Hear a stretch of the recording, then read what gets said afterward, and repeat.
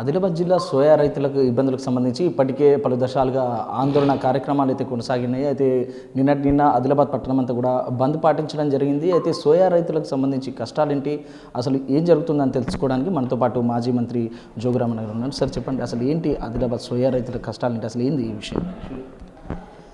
మాకు అర్థమవుతుంది ఏంటంటే ఇది రైతులు పండించడం కొత్త కాదు. నాకు తెలిసి నేనే సర్పంచ్గా ఉన్నప్పటి నుంచి 1994 అప్పటి నుంచి ఇక్కడ ఆదిలాబాద్లో సోయాబీన్ పంట ఇంట్రడక్షన్ అయింది. ఆ రోజు నుంచి ఈ వరకు సోయాబీన్ పంట వేయడం, వేసినటువంటి పంటను ఏదో రకంగా కొనుగోలు జరిగింది. అట్లా అప్పుడప్పుడు కూడా ఇటువంటి ప్రకృతి కరుణించకపోవడం వల్ల వర్షాలు ఎక్కువ పడి, ఒకప్పుడైతే హార్వెస్టింగ్ చేసేటప్పుడు కూడా వర్షాలు అప్పుడు హార్వెస్టర్స్ లేకుండే, చేతి లేబర్తో కట్ చేసి ఇచ్చి భూమి మీద వేసినటువంటి కుప్పలే డ్యామేజ్ అయినాయి. మొలకలు వచ్చినాయి. మొలకలు వచ్చినా కూడా, రంగు మారినా కూడా అప్పుడు ఉన్నటువంటి ప్రభుత్వాలు కొనలేదనే మాట కాదు. కానీ ఈరోజు ఏం చేసినట్టు వీళ్ళు కొత్తగా ఏంటంటే ఇదేదో ఎన్నడూ లేనటువంటి పరిస్థితి జరిగింది, అసలు ఎన్నడూ ఇటువంటి సోయాబీన్ పంట ఇట్లా ఎన్నడూ రంగు మారలేదు అనేటటువంటి పరిస్థితి తీసుకొచ్చి పెట్టిండ్రు. అంటే వాస్తవానికి సోయా ఇప్పుడు ఉన్నటువంటి సోయా ఏదైతే ఈ సీజన్లో వర్షాలు కూడా ఎక్కువ పడ్డాయి, వర్షాధార పంట సోయా నిజంగానే రంగు మారిందంటారు సోయా? మీరు చూస్తున్నారు కదా. ఇప్పుడు నేనేమంటున్నా అంటే రంగు అంతా మారిందా? రంగు కొంత మారి ఉంటుంది. ఇప్పుడు జనరల్గా ప్రతి పంటలో ఎంతో కొంత డ్యామేజ్ అయింది ఉంటుంది. కొంత మట్టి వస్తుంది, కొంత అప్పుడప్పుడు చెత్త వస్తుంది, ఏదో రకంగా ఒక 5-4-2% డ్యామేజ్ ఉంటుంది. కానీ ఈసారి ఏమైందంటే 10% పైన కొద్దిగా డ్యామేజ్ అయినమాట వాస్తవం. కానీ ఇట్లా 10% డ్యామేజ్ కంటే ఇంతకుముందు కూడా చాలా సందర్భాలు అయింది అంటున్నాను నేను. కాబట్టి ఇలా కేంద్ర ప్రభుత్వము, రాష్ట్ర ప్రభుత్వము ఉన్నటువంటి నాయకులు కూర్చొని ఇది ప్యూర్లీ పొలిటికల్ నిర్ణయం, అంటే ప్రజాస్వామ్యంలోనే ప్రజలతో ఎన్నుకోబడ్డటువంటి నాయకులే దీన్ని న్యాయ నిర్ణేతలు ఒక నిర్ణయం ఇచ్చేస్తారు, ఒక ఆర్డర్ ఇచ్చేస్తారు. ఆర్డర్ కాపీని జిల్లా అధికారులు కానీ రాష్ట్ర అధికారులు కానీ దీన్ని ఫాలో అవుతారు.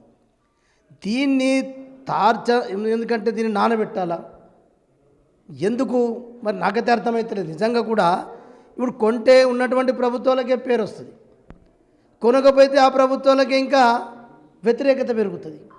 మరి తింటాళ్ళు ఎందుకు ఆలోచన చేస్తలేరు? గిన్ని రోజుల నుంచి బీఆర్ఎస్ పార్టీ రైతుల పక్షాన ఉండి అనేక రోజుల నుంచి కూడా మేము మొదటి నుంచి కూడా మేము చెప్తున్నాం. సరే, మరి ఇటు ఏదైతే 10% కొంతవరకు రంగు మారచ్చు అని చెప్పిన, అంటే గతంలో ఇట్లాంటి సందర్భాలు ఉన్నాయి. ఒకవేళ అట్లా రంగు మారితే రైతులకు ఏ విధంగా ఏ రేటు పెట్టి కొనడానికి అవకాశం ఉంటుంది?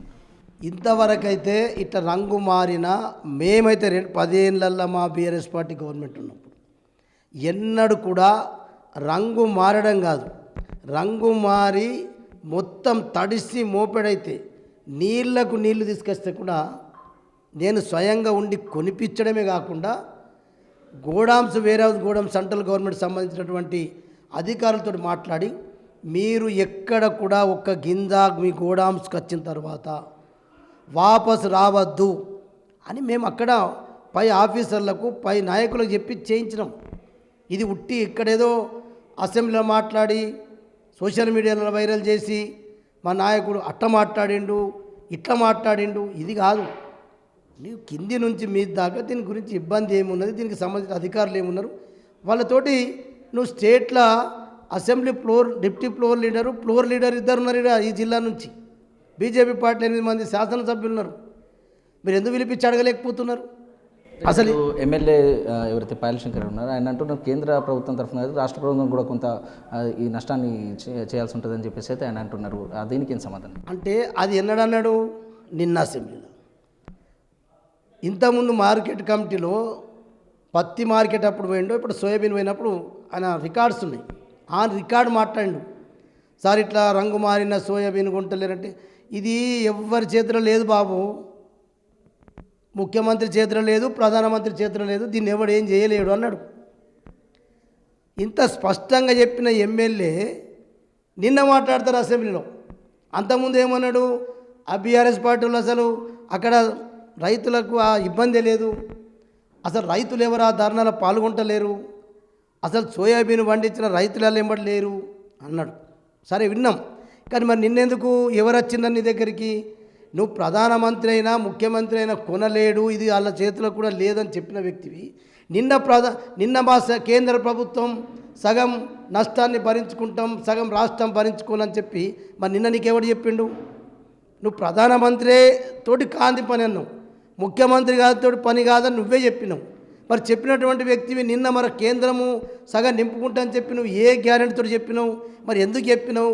బీఆర్ఎస్ పార్టీ రాజకీయమే చేస్తున్నది, బీఆర్ఎస్ పార్టీ ఎంబడి రైతులే లేరు, అసలు సోయాబీన్ పంట కొనుగోలులో ఇబ్బందే లేదన్నటువంటి ఎమ్మెల్యే గారు మరి నిన్న ఎందుకు అసెంబ్లీలో మాట్లాడినావు? నీకు ఏ ఉద్దేశంతో మాట్లాడినావు? నిజంగానా అబద్ధమా? మరి చెప్పు.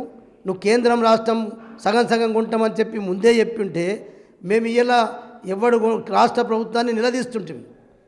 కేంద్రం దిగొచ్చింది, ఎమ్మెల్యే గారు కూడా చెప్పిండు సగం ఇప్పిస్తామని బీజేపీ నుంచి. అతను ఆఫీసర్ల ముందర మాట్లాడి ఆఫీసర్తో ప్రశ్నలు చెప్పిస్తే అయిపోయేది కదా. అసలు గిన్ని రోజులు గింత తతంగాలు, గిన్ని అమ్మినాక కలెక్టర్ ద్వారా కమిటీ వేసినటువంటి కమిటీ పంపించినాక ఇప్పుడు ఏ రైతు అయినా పాపం ఇలా నా పంట అమ్మిననుకో, నా పంట అమ్మి అంటే అమ్ముడు పోయిందని చెప్పి నేను మస్తు ఇంటికాడ పోయి నిద్రపోతాను. మరలా 4-5 రోజులకు సావు కబర్ వచ్చినట్టు, నీ ఇంట్లో పలానా వ్యక్తి చచ్చిపోయాడు, నీ కొడుకు చచ్చిపోయిన, బిడ్డ చచ్చిపోయినట్టు కబర్ ఇచ్చినట్టు నీ మాల్ వాపసు వచ్చింది, నీ మాలు వాపసు తీసుకుపో, ఆ మాలి ఛార్జ్ నీకు 100 కుంటలకు పడ్డది, ఆ డబ్బులు కట్టాలా, మళ్ళీ సావు కబర్ చెప్పినట్టు చెప్తే రైతు గుండె ఆగిపోతుంది. దశల వారీగా ఇక్కడ ఆదిలాబాద్లో ఆందోళన కార్యక్రమాలు అయితే మీరు చేపట్టారు. మీరు ప్రజాప్రతినిధులు ఇళ్ల ముట్టడి కార్యక్రమానికి పిలుపునిచ్చిన రోజే స్వయంగా అసెంబ్లీలో సంబంధిత శాఖ మంత్రి కూడా ఈ సోయాబీన్ కొనుగోలుకు సంబంధించి స్పందించినటువంటి పరిస్థితి ఉంది. ఏమంటారు అంటే ఈ విషయంలో ఏమంటారు? మేము ఇక్కడ చేసినాడు కూడా సంబంధించిన మంత్రి ఏమన్నాడు, ఇది కేంద్రమే కొనాలన్నాడు. ఇది కేంద్రమే కొనాలని చెప్పిండు కదా. మరి ఆ రోజు అదే అసెంబ్లీలో ఈ ఎమ్మెల్యే ఉన్నాడు కదా, ఎందుకు కేంద్రం కొనాలా సార్, ఎక్కడుంది చెప్పండి. గతంలో కేంద్రం ఉన్న దాఖలాలు ఉన్నాయి, కేంద్రం కొనకపోతే రాష్ట్రం కూడా ఉన్న దాఖలాలు వాస్తవాలు చెప్పాలి కదా. మేము 2019-20 సంవత్సరంలో రాష్ట్ర ప్రభుత్వమే మొత్తం కొన్నది, 2023-24లో రాష్ట్ర ప్రభుత్వమే మొత్తం కొన్నది. అవి చూపెట్టు పేపరు. నీకు అది కాదు, బీఆర్ఎస్ ఉన్నది అని చెప్తేనేమో నీవు బీఆర్ఎస్ ఏదో మంచి పని చేసినట్టు నేనే సభలు ఒప్పుకున్నట్టయితే అని చెప్పి సిగ్గులేక, మరి మేము కూడా రాష్ట్రం ఉన్నప్పుడు కేంద్రం మీద కూడా ఒత్తిడి తీసుకొచ్చి కేంద్రంతో కొనిపించిన దాఖలాలు ఉన్నాయి, కేంద్రము మొండికేస్తే రాష్ట్రం కొన్న దాఖలాలు ఉన్నాయి. రెండింటిని తీసుకుపోయి పేపర్లు పెట్టించి ముఖ్యమంత్రి దగ్గర కూర్చొని, సంబంధించిన అధికారుల దగ్గర కూర్చొని, వ్యవసాయ శాఖ మంత్రి కూర్చొని మనం కలిసి ఇద్దరం బీజేపీ కాంగ్రెస్ బీఆర్ఎస్ అందరం కలిసి ఢిల్లీకి పోదాం, ఢిల్లీలో కూర్చుందాం, మాట్లాడదాం అనేటటువంటి సోయి ఉండాలి కదా. అది చెయ్యకుండా నువ్వు సంబంధించిన మంత్రి మా దగ్గర లేదు, యూరియా కూడా కేంద్రం ఇవ్వకపోవడంతో ఆలస్యమవుతుంది, సోయాబీన్ కూడా కేంద్రమే కొనాలా, పత్తి కూడా కేంద్రమే కొనాలి. పత్తి కేంద్రం కొనాల మాట వాస్తవం, నాఫెడ్ కూడా కేంద్ర ప్రభుత్వ రంగ సంస్థనే, వాళ్ళు 20% కొన్నదే వాపసు వస్తున్నాయి కదా, కేంద్రం కూడా ఉన్నదే వాపసు పోతున్నాయి ఇప్పటికీ. ఇంకా రాష్ట్రం అయితే మొదలే పెట్టలే. ఆదిలాబాద్ సోయా ఉత్తర భారతదేశానికి ఎగుమతి అవుతుంది. దాదాపుగా ఎక్కువ మొత్తంలో సోయా ఇక్కడే పండుతుంది రాష్ట్రంలో. 2700 బస్తాల వరకు సోయా ఇప్పటి వరకు రిటర్న్ వచ్చిందని చెప్తున్నారు. ఎట్లుండబోతుంది పరిస్థితి, రైతుల పరిస్థితి? అంటున్నారు కదా, సోయా ఇక్కడ ఎక్కువ మండది, ఇక్కడికంటే ఎక్కువ మధ్యప్రదేశ్లో ఇండూర్ జిల్లాలో అక్కడనే అధికంగా పంట పండుతుంది. ఒకసారి దాని మీద కూడా రాష్ట్ర యంత్రాంగం జిల్లా యంత్రాంగాన్ని పంపించి వాళ్ళు ఏం చేస్తున్నారు దాని మీద మీరు సర్వే చేయించండి. అక్కడ ఏం చేస్తున్నారు, ఇక్కడ రైతులకు అవేర్నెస్ మీటింగ్స్ పెట్టండి. అంటే రైతు రోజు కొత్త కొత్త పంటలు వేసుకుంటూ ఉంటుంది. అందుకని నేనేమంటా అంటే ఇప్పుడు ఇక్కడ ఎక్కువ పండుతుందా ఎక్కడ తక్కువ పండుతుందని కాదు, ఇక్కడ పండిన పంట తక్కువ ఉన్నప్పుడే నరేంద్ర మోడీ గారు బయట దేశం నుంచి పత్తి దిగుమతి చేసుకునే ఉన్నటువంటి దిగుమతి సుంకాన్ని కూడా 11% నరేంద్ర మోడీ తీసేసిండు. దిగుమతి సుంకం తీసేయడం వల్ల బయటకు వెళ్ళి పత్తి వచ్చి ఇక్కడ పడిపోయింది. ఇక ఇక్కడ పత్తి ఎట్లా ఉంటారు, ఇక పత్తి ఇక్కడ నాణ్యత లేదని, పిందె సైజు తగ్గిందని, దారం తక్కెళ్తున్నదని రకరకాల కొర్రీలు. అందుకొరకు ఇది కరెక్ట్ కాదు. ఇప్పటికైనా ఇంత టెక్నాలజీ, ఇంత ఆధునిక పరికరాలు, ఆధునికమైన పద్ధతిలో అనేక రంగాల్లో సైంటిస్టులు ఎందరో మంది పెరిగినప్పుడు కాటన్ సంబంధించినటువంటి సోయాబీన్ సంబంధించినటువంటి సైంటిస్టులను పెట్టి రీసెర్చ్ సెంటర్ ఉంది ఇక్కడ పెద్దగా. రైతుల మీటింగ్లు పెట్టి రైతులు ఏ రకంగా మీరు పంట వేస్తే బాగుంటుంది, మీరు కమర్షియల్ వేస్తున్నారు, మీరు సీడ్ ప్లాట్స్ వేయండి, గవర్నమెంట్ తోటి కొనిపిస్తాం, సీడ్ ప్లాట్లు గిట్ల వేస్తే బాగుంటుంది, సీడ్ గింత ధరకు కొంటాం అంటే రైతులని కొంత సంఖ్యని డివైడ్ చేసుకుంటూ పోతే కొంత పత్తి, కొంత సోయా, కొంత ఇంకేదో వగేరా పెట్టుకుంటే ఇది ప్రభుత్వాలకు బదనం కాదు, రైతులకు సవలత అవుతుంది. ఈ రకంగా చేస్తే బాగుంటుంది మా రైట్ సార్. అండ్ చివరిగా ఇప్పుడు మీరు దశల వారీగా సోయా రైతుల కోసం పోరాటం చేస్తున్నారు. ఎట్లుండబోతుంది ఫర్దర్ కార్యాచరణ? అంటే మళ్ళీ ఇప్పుడైతే సోయా రిటర్న్ వచ్చి మార్కెట్ యార్డ్లో నిల్వ ఉంది, ఫర్దర్గా మీ కార్యాచరణ ఏ విధంగా ఉండబోతుంది, ఏ విధంగా ముందుకు పోతుంది? మేము ఇప్పుడే చెప్పిన ప్రెస్ మీట్లో ఖచ్చితంగా నిన్నటి బంద్ తర్వాత ఈ జిల్లా కలెక్టర్ గారు కళ్ళుంటే చెవులుంటే పత్రికలు టీవీలు చూసి ఉంటే, అంటే అందుకే కళ్ళు చెవులు ఉంటే అవి రెండు చూస్తాడు, వింటాడు. కింద నుంచి పైదాకా మామూలు చిరు వ్యాపారస్తుడు ఒక సైకిల్ పంక్చర్ దుకాణం నుంచి మోటార్ సైకిల్ పంక్చర్ దుకాణం నుంచి కారు 4 వీలర్స్ పంక్చర్ దుకాణం నుంచి షోరూమ్ల వరకు, మామూలు వర్తకుడు బట్టల దుకాణం నుంచి షోరూముల బట్టల దుకాణం వరకు, ఇట్లా ప్రతి ఒక్కరు కూడా పాపం అన్నం పెట్టే రైతులు నిజంగా కష్టాలు ఉన్నాడు. ఇప్పుడు మాత్రం రైతుని ఆదుకోవాల్సిన పరిస్థితి ఉంది. నిజంగా రైతులకు కేంద్ర రాష్ట్రం అన్యాయం చేస్తుంది. ఈ టైంలో మనం పాపం రైతులకు ధైర్యం ఇవ్వాలా, రైతుల కష్టాల్ని మనం వాస్తవంగా అర్థం చేసుకున్నాం. ఈ రైతులు లేకపోతే నేను ఎంత పెద్ద షోరూమ్ పెట్టినా, నేను ఎంత పెద్ద బట్టల షోరూమ్ పెట్టినా అన్నం పెట్టేటోడు గా రైతన్న ఇంత బాగా లేకపోతే మరి ఏం లాభం?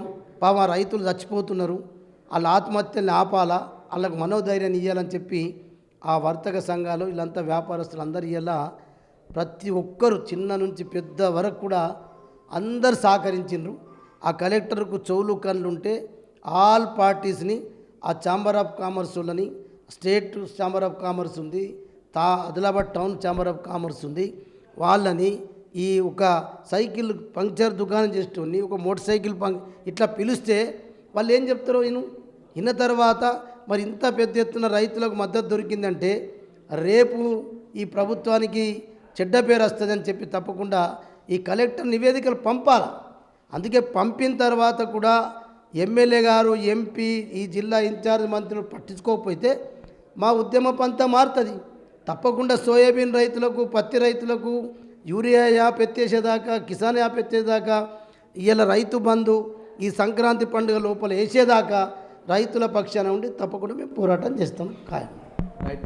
ఇటు సోయా రైతులకు న్యాయం జరిగే వరకు పోరాటం చేస్తాను. అంటే ఇతర రాష్ట్రాల్లో చేస్తూ సోయా రైతులు పండిస్తున్న రైతులను అక్కడ అధికార యంత్రాంగం కూడా, ప్రభుత్వం కూడా అక్కడ పరిశీలన చేసి ఇటు రైతులకు సంబంధించి ఇంకా ఏదైతే ట్రైనింగ్స్ కానీ అట్లాంటివి ఇవ్వాలని చెప్పేసి అయితే మాజీ మంత్రి జోగురామన్ చెప్తున్నటువంటి పరిస్థితి ఉంది. సోయా రైతులకు న్యాయం జరిగే వరకు తమ ఉద్యమ పంథ కొనసాగుతుందని, పోరాటాన్ని కొనసాగిస్తామని చెప్పేసి అయితే చెప్తున్నటువంటి పరిస్థితి ఉంది.